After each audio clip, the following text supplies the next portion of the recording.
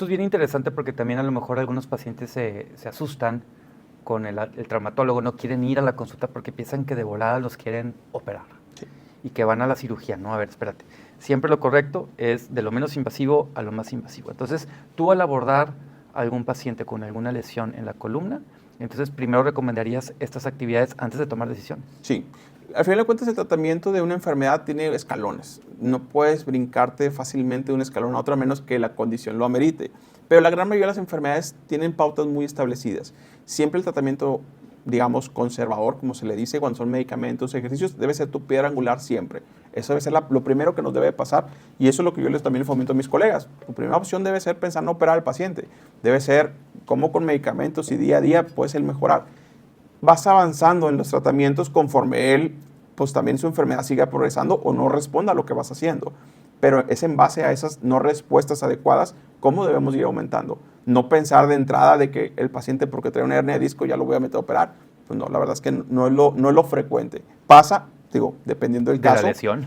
La lesión, pero no es lo más frecuente. Yo te puedo decir que de 10 pacientes que veo con hernias de disco grandes, probablemente 1 o 2 tendría que pasarlo a un procedimiento quirúrgico porque el paciente sí lo amerita. Pero la otra gran mayoría, el 80% de los pacientes, medicamentos, rehabilitación, una buena valoración, van a resolver.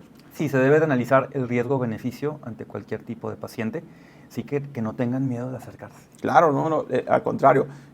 Siempre pensamos que al fin de cuentas somos cirujanos, pero no es nuestra primera opción nunca.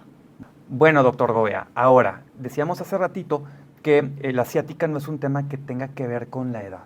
Sin embargo, muchas de las personas que nos siguen, que estuvieron opinando en la cajita de preguntas, se quejaban de alguna forma del desgaste de columna. ¿Ese sí tiene que ver con la edad? Tiene que ver principalmente con tu día a día, porque un desgaste de columna lo puede tener un paciente de 21 años de manera temprana, Okay. como el paciente que tiene 60 años y apenas tiene los primeros episodios de desgaste. Dependerá mucho cómo te cuides. Hablábamos del cuidado de la espalda, de la columna vertebral, pero al final de cuentas todos vamos a tener un desgaste.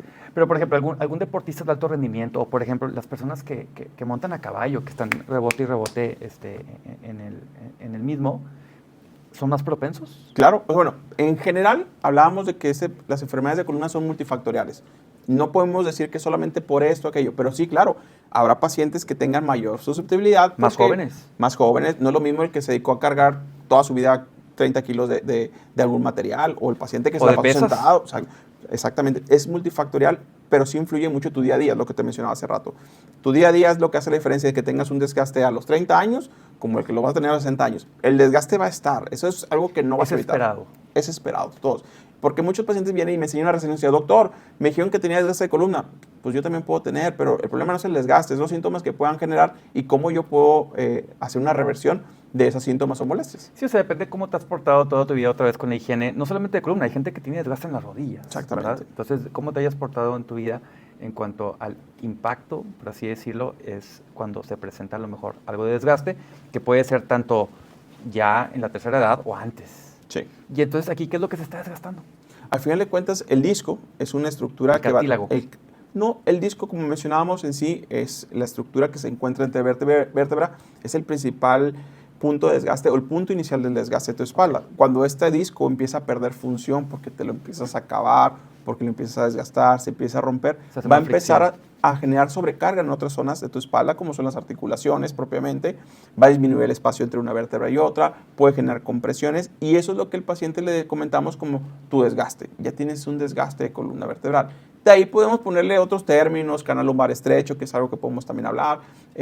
Ya la espondilolistesis, que es, lo escuchan mucho, que es el desplazamiento de las vértebras, que me llegan también muchos con esos síntomas o esos diagnósticos. ¿Se mueven del lugar? Se mueven, o sea, hay un desplazamiento, pero todo eso es secundario a ciertas situaciones. Una de ellas es propiamente el desgaste. Habrá unas traumáticas, pero la gran mayoría es degenerativo. Hablamos de desgaste.